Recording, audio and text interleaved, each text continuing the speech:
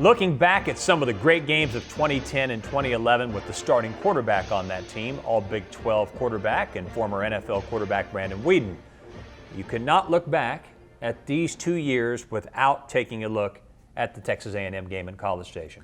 It was a big one. If you ask fans, of Oklahoma State, they usually circle this game as one game that was their favorite, but they kind of propelled us, throughout the course of the year. And it was, I think large part because of the comeback, but it was early in the year, so we really hadn't played anybody that, kind of gave us a run for money until this game. And so we kind of found out what we were made of. And the first half wasn't pretty, but as you can see here, we kind of turned it on as the game went on, particularly in the second half. As an offense, we're never out of a game. We can score quick and score often, so no reason to panic.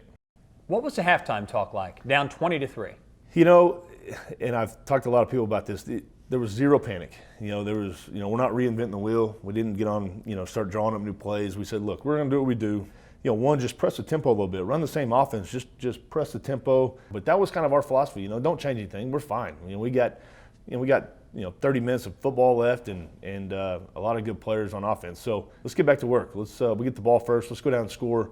And that was kind of our mentality. Yeah, we're about to see exactly what you were talking about. Yeah, this was our, right here. We're not even a minute in, and you can tell if you slow it down. These guys are having a hard time getting lined up. This is a simple play. Everybody talks about RPOs, and I don't get bent out of shape, but this is simple. This is a run play, and I have the ability to throw it out here. So if you can count to 3, you can play quarterback. We have our 3 guys versus only their 2. So the next guy that can make a play is this guy that's in the box. So if I hand the ball off here, there's a bunch of dudes over here, so easily just spit it out to Josh, and now we got 2-on-2, and now it just becomes a kick return. So very simple. It's just a numbers game. Do they have enough numbers to stop us? If not, kick it out there, and it's just, again, an extension of our run game and kind of a staple for what we did. This was a little pivot route here by Josh Stewart. As you can tell, I'm reading this side of the field. I thought the pressure was coming from the field over here. I got the back to this side, so I knew I was protected, but I knew that the pressure was coming. They were a big field pressure team, and Joe's there to do a great job, blocking. Or is that Jeremy? Jeremy's doing a great job blocking over here to the field. But I knew I had one-on-one with Josh Stewart. It's a good route runner, good change of direction guy. Almost let him tip it. Wasn't a very good throw, but great running catch by Josh, and he gets us down there inside the red zone and sets up an easy conversion for us. So here again, this is kind of going to be the theme, but. You look, they're supposed to be, this guy's supposed to be out here, this guy's communicating the call, they don't know the call, this guy didn't know what's going on. So for us, get up and snap it. So we're able to get up and play fast, and as you can see, it's just a simple inside zone play, and Jeremy Smith with a full head of steam. This is exactly how you draw it up. Great job by the offensive line. You look what, no one talks about, look what Grant Garner does with his nose. Just throws him out of here, and he creates a huge hole, huge lane for Jeremy to get through there, and great finish to the run. That was a big time play for us. Now you look, and now we're back in it. Now it's a 10-point game. Started the third quarter. Now it's a new ball game. Now we got a little juice on the sideline. We're able to get a little momentum going, and hopefully propels us throughout the course of the game. Yeah. So this is where they kind of changed their philosophy too. Now they want to pressure again, a big field pressure team. We knew that coming in. So we're in empty here, 4-by-1, a little bit of a unique formation.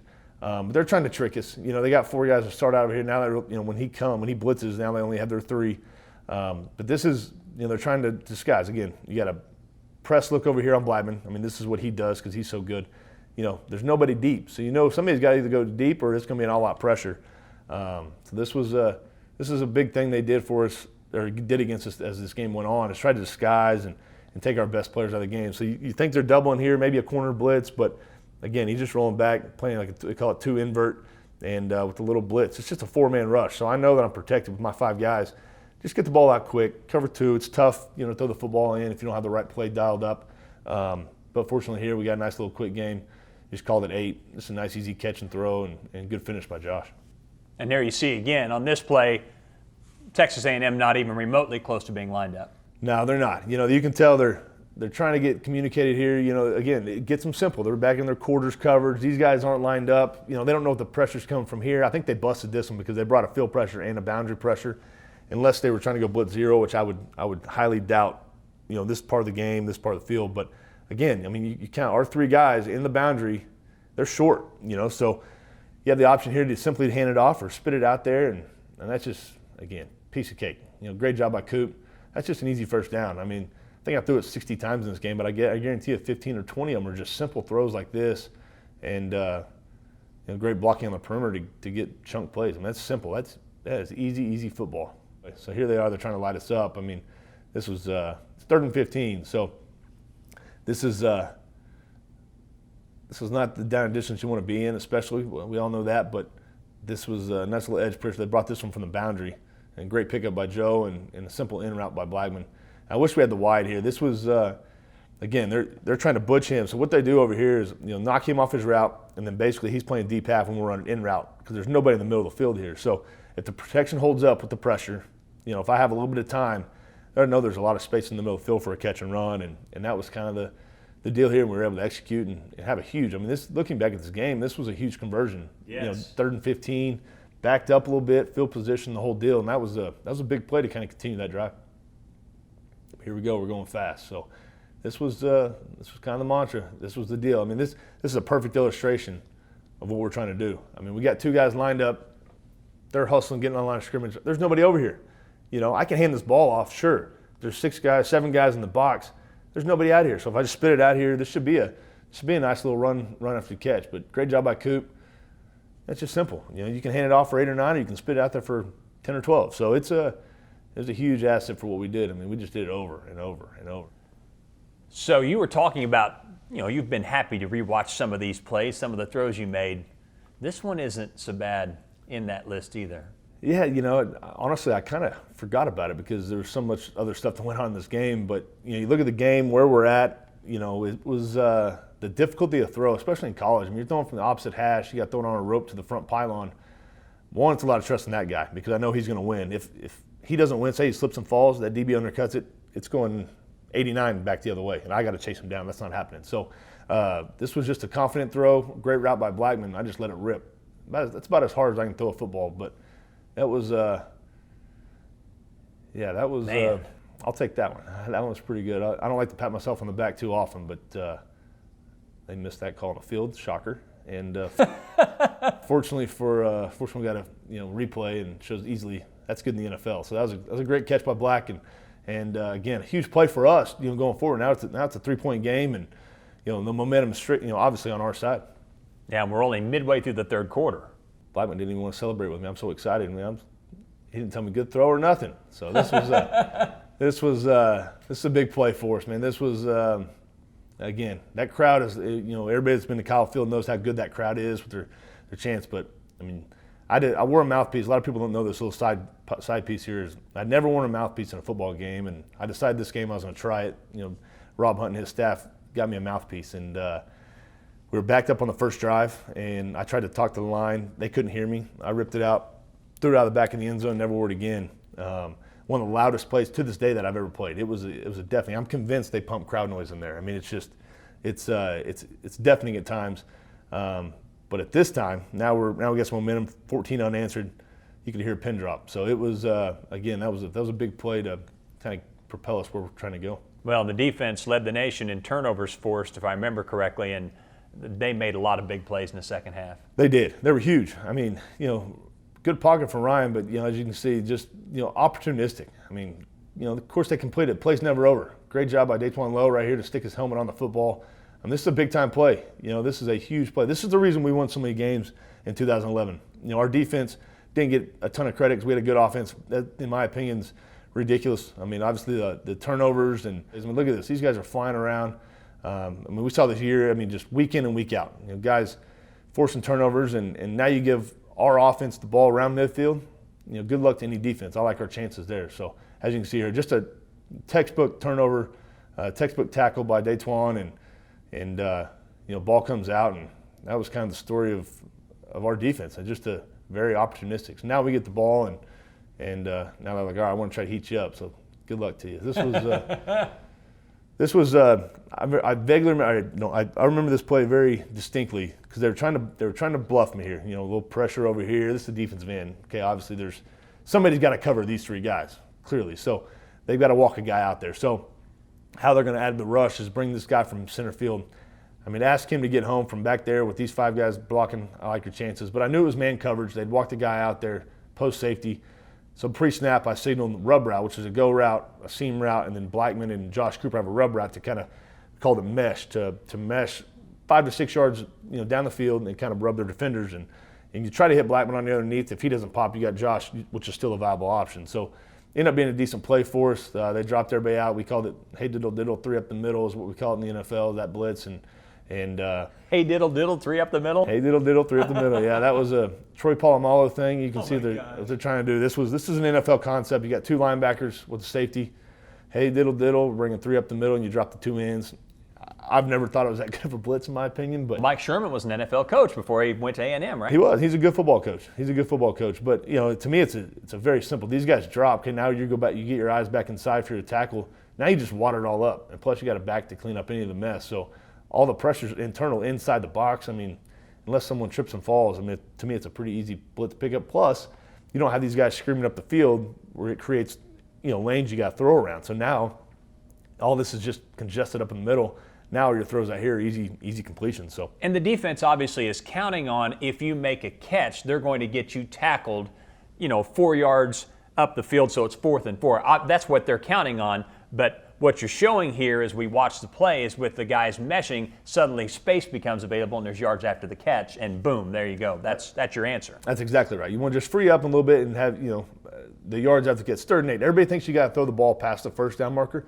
Sometimes you do, absolutely, depending on the coverage. But this is man. So now you're thinking, okay, either maybe some outbreaking route or some kind of man beater. But this is just a run after the catch type play, and that's exactly what Blackman does here. Great job by Cooper pushing up there and just kind of freeing Blackman just enough to get the first down and continue a big drive. Yeah, I like this play. This was Coach Monk, and I remember when he put this play in. This was to exploit their split safety down here in the red zone. As you can see, they got guys walked up on the line of scrimmage. He's playing inside leverage of Coop. So now you got to attack this part of the field. And that's the area where they're short. So you're asking him to get width because you got Justin Blackman out here. He got to keep an eye on him. So now it's either this guy comes out and jams him or covers him. But this guy right here really has no work. So once he blitzes, this guy is matched up on Tracy. So he gives him a little stutter step. We called it, I can't remember what we called it here, but a little stutter step and takes the middle of the field, basically between the 2 safeties. And he makes a great catch here. But get him flat foot. If you can see here, I'll slow it down. You see he gets his eyes in the backfield, and now he has no chance of covering Tracy. So great job of Tracy kind of lulling him to sleep, and good timing, great catch. And get that foot down. Now we got the lead. So everybody's panicked at halftime. In the stands, I'm sure everybody was like, oh man, but now now we got a 4-point lead, and against a good football team on the road. This is a great angle of it here. I'll slow it down here. You see his eyes in the backfield, little stats. Now he's going to throw it high on the back line. That's another thing a lot of people never talk about. You got to throw it high back here, and then low on the goal line. But that's that's kind of where you want the ball. Great catch though. Get his foot down. Great body control. Great play by Tracy. Yeah, this was a great play. We'll see it from a couple different angles. A little pressure here on Ryan, but pretty good protection. Really a pretty good throw. The receiver slips, and Broderick, like he did numerous times, took advantage of it. We called him Bulldog for a reason. He was a guy that just gritty, tough, made plays on the football. But this is a good way to receiver slips. Not a very good route, technically from the receiver standpoint, but Broderick breaks on it. Now we get the ball on the 24, 25-yard line going in. We're no rocket scientists here, but I like our chances. At least come away with points. With that turnover right there, that was a big play in the game. Oh boy! All right. I think I know what this is. Yeah, I think we all remember this one. I've never been mad at Blackman in my life. I wasn't happy, but I wouldn't say I'm mad at him here. But this player here puts the icing on the cake. This thing's over. But great protection. Look at this. I'm standing back here forever. We got a little whip route by him. We call it all vertical Z whip, and it's him matched up on a linebacker. We knew if we could get him on a linebacker, we like our chances here. And great protection up front. I'm not sure why Grant's cutting, probably because he's hurt. But good route by Blackman. But got to finish the play, man. This was tough.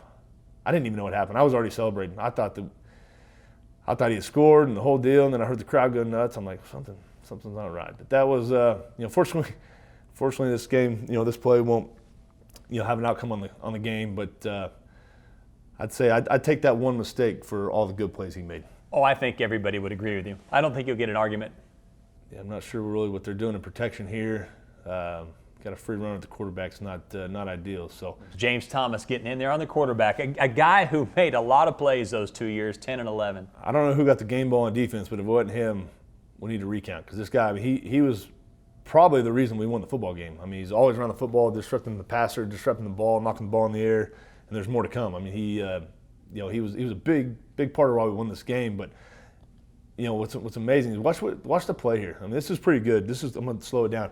This is Justin Gilbert. He's got the flat. He reads his eyes, goes all the way back 12 yards deep in cover 2 because he sees he's reading Tannehill's eyes. Again, it starts with the pressure. That's tough on a quarterback. I don't care who you are. If you got guys draped all over you, it's hard to complete balls. I don't care if you're playing Pop Warner or flag football or whatever it is. That all started with pass rush. So here we go. We get the ball on the 35-yard line and got a chance to go score. So suddenly after you turned it over and like, oh boy, we may have lost some momentum, you just got it right back because of what the defense did. And that was at times during the year a theme. They made big plays in key situations. Against Baylor at home, they came up with stops on the goal line. I mean, that was, at the end of the K-State game, they got the stop. That was kind of a recurring theme. It just seemed like at the critical times, they made some awfully big plays. Huge, huge. And they knew, it's tough to play defense when you have an offense like ours. We score quick. You're on the field a lot. You're playing more plays than a lot of other teams. In between the 20s, they give up some yards. You got to expect that. But, man, when it came time to make a play, they always found a way to get it done.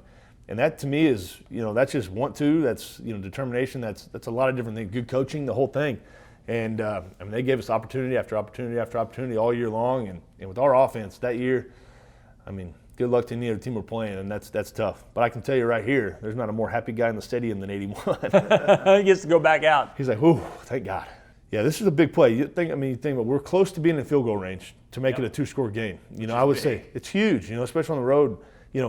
Quinn's range. He's got a big leg, so I'd say 33 to 35-yard line on an outdoor stadium would probably give him a chance. That's a 52-yarder at the 35. So we know we got to get a couple yards. In order to get a couple yards, we get a first down here, but. This was a huge, huge play for us. And you watch what they do. We got the tight end over here, Horton's over here. Everybody's thinking run this way. Yeah, absolutely. So they washed the whole thing down, and a great vision by Jeremy to cut this thing back and get a first down to extend the drive and give us a chance. But, man, what a run. That guy, obviously he's built like a freight train. He's a big old dude, but, this is a big-time run. But great job by the offensive line. They're just washing the whole thing down, and you're going to ask a corner to come up and make a play and make a tackle. Good luck. Quinn Sharp doing what he does. He's a great kicker. Good kicker all year for us. That was a big play. Big drive for us. It got interesting, though, late. It did. They scored, and we gave them the ball back. I think they had some timeouts, and they used a couple, and we gave them the ball back. And, again, guess who? This was a big play. Again, Broderick Brown with the deflection, but guess who's right there? James Thomas. Just when there was a big play that needed to be made, it always seemed like JT was right there to make it, and just go down, big dog. Just go down. No reason to fumble that thing back to him. So go down the 44-yard line, and you can tell a little bit of excitement over here. This was a lot of excitement right now, but there's about to be some panic if you remember. Yeah, right. there was, as a matter of fact, yes. So I'm going to try to run as much. Even there, the clock starts a little late, and yeah, you're right. So now I remember this vaguely. This was a long time ago, but Gunny asked me, "Hey, can you run around and run whatever it is, 5-7 seconds off?" I said, "Hell no." And did you really say that? Yeah, I was like, man, I'll try, but a bad thing could happen. So anyway, he was like, "All right, forget about you," and asked Blackman, "All right, man, here's what we're gonna do: we're gonna run some time off." And so, okay, can I ask you a loaded question? Let's hear it. Did you guys ever practice this before? No, this play was no, absolutely not. This one we literally drew up in the dirt. It's a smart play, though. And you're up by 3, and he runs out of the end zone. It's a safety. It's go home. Winner. Yeah, we all look good, but let's say he fumbles it again like he did earlier, then we're in a bind. Or if someone, he's trying to run the clock, he's looking at the scoreboard, whatever. If he gets tackled, didn't feel the play. Yeah, I didn't like that little S curve there. I remember sweating bullets when he got to about the 3-yard line. It's like, okay, JB, you can run out of the back of the end zone anytime when you want to, please. He's got to run 33 yards in under 5 seconds. I know he runs a 40 in about 4.7, so it can't be a full sprint. I'm not real sure I've seen games in like this. Well, I've never seen one since or before like that. So this was yeah, quite a way to end a game. What a game. Quite a way. What a win. This was a huge win. To go on the road, in my opinion, still to this day, one of my favorite college stadiums, probably stadiums in general to play in. Great atmosphere, good football team. this was a big one for us. I think this kind of, set the tone, gave us the confidence we needed going forward. And without a doubt, one of the most memorable games in Oklahoma State history.